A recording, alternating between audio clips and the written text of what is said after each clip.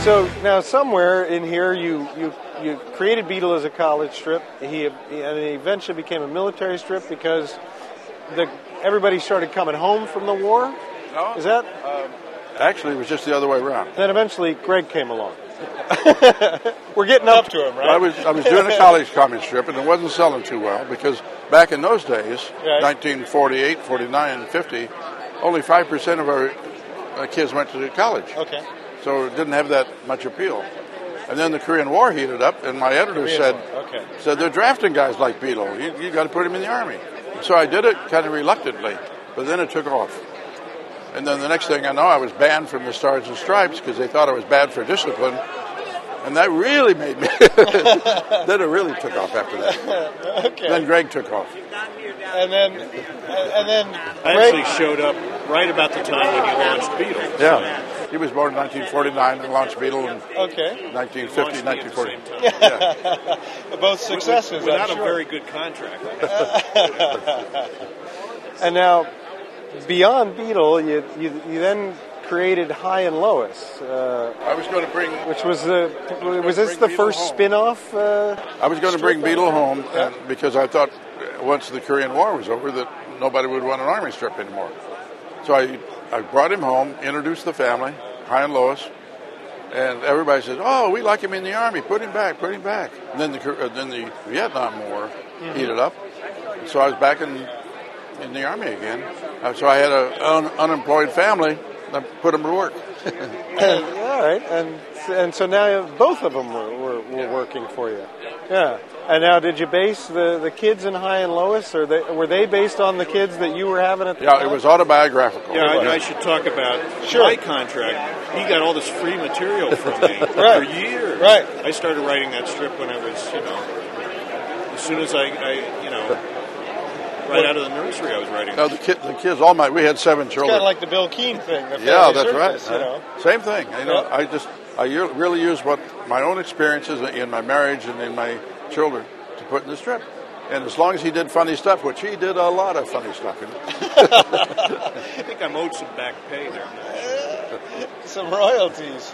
And then now these two were successes, but you couldn't stop. I created 9 different strips. 9 different strips. Well, I'm going to miss some of them. Noah's Ark was one that I started about that time, but that ran for 32 years, which is long. Right. I remember when that started because I started reading it when it came. And Sam's strip, I started right about a little bit after that. Yeah. Now, Sam's strip was actually an inspired piece of genius because what you did with Sam's strip is you went back to old characters, old comic strip characters, and used them with this Sam who was... I think he developed into being an agent for these characters. He was trying to start his own comic strip. Oh, okay. And he had a little box that he sat on the floor, and old cartoon characters that would pass by, he'd say, "You want to work in my comic strip?" He'd try to get Jigs, and Blondie walked by in a fur coat, and he says, "Blondie, you want to work in my comic strip?" And she just didn't say anything, just snooted, went by, and he says, "Oh, they're so different in real life." So we had a lot of fun with that. I used all the cliches, I had a closet full of cuss words, was it? And when other strips would run out of cuss words, they'd come over and I'd give them a couple of cuss words to use in their strip. Oh, really?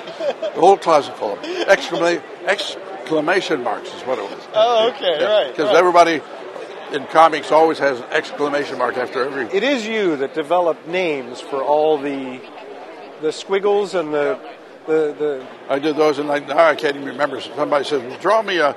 The dust clouds that are kicked up by people running. Right. Griffiths. Somebody says, "Draw me a Briffet." I say, "What's a Briffet?" I can't even remember what I did. Okay.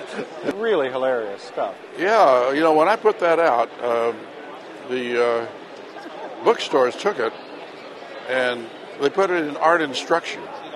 And I kept looking in the humor section. Where is it? Well, I guess a little of both. But later on, there was an exhibit at the Cartoon Museum, which he founded.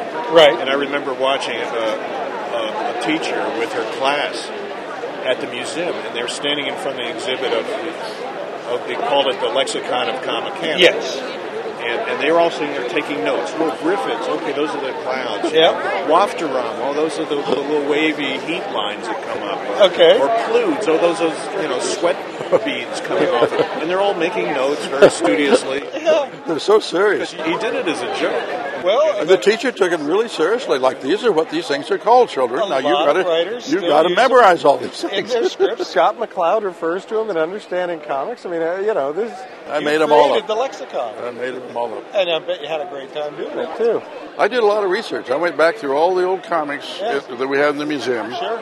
and found out, what guys use what things, Yeah. and copied them down and gave them names. It's great fun. Now, for our viewers at home, we actually use a little thing from Sam's strip in the opening animation. It goes by about that fast. But it's International Comics Week. It's the big parade, and it just shoots right across. And of course, we used it because in that one drawing, you included about 48 different Golden Age characters. I thought, well, this is terrific. Now, were these all characters from King Features? No, I used them from everything. You use them from everything, and no one really cared. I mean, a lot of them were in the public domain. Is that right? Or? Yeah, I tried to use a lot of them, but Yeah. but I used stuff from Peanuts and different strips. Nobody objected. Yeah. It was all satire. Yeah, that's great. So, in fact, a lot of them were very proud and happy that I put them in there. Of course, and flattered. Yeah. Jim Scanarelli still does that a lot in Gasoline Alley. He'll do the retired comic characters home. I do it too. Every now and then the general has too much to drink at the bar. Right. And the bartender says, "You had enough to drink?" So he says, "I don't know. Let's ask my friends. If I had too much to drink," and there's Mickey Mouse and Pluto. Right. I do it every now and then. That's great. Now, go ahead. We kind of revived that idea years later when we did a strip featuring Betty Boop and Felix the Cat. Okay. And we thought, well, Betty Boop's a famous cartoon character.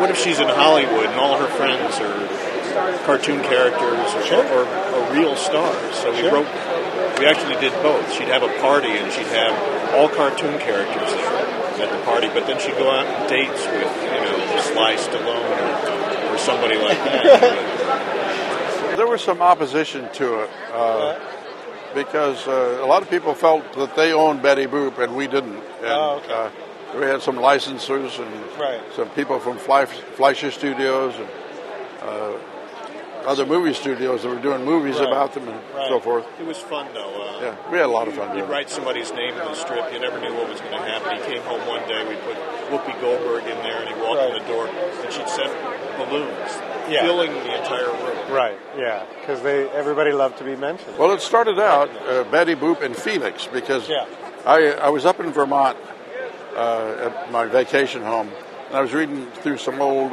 cartoon books, and I ran across Betty Boop, and I said, "Gee, that ought to be in the comic strips. That's a great character." Yeah. And I turned the page, and there was Felix. I said, "There's Felix. He's not being used." I said, "Let's put them both together and have a strip called Betty Boop and Felix." So I called up King Features, and they said, "Okay, fine." So that's how it started. And then the people that owned Felix said we couldn't use it anymore. So Ben ended up just using Betty Boop. Okay. Here from the New York Comic Con with the Walkers. We'll be right back.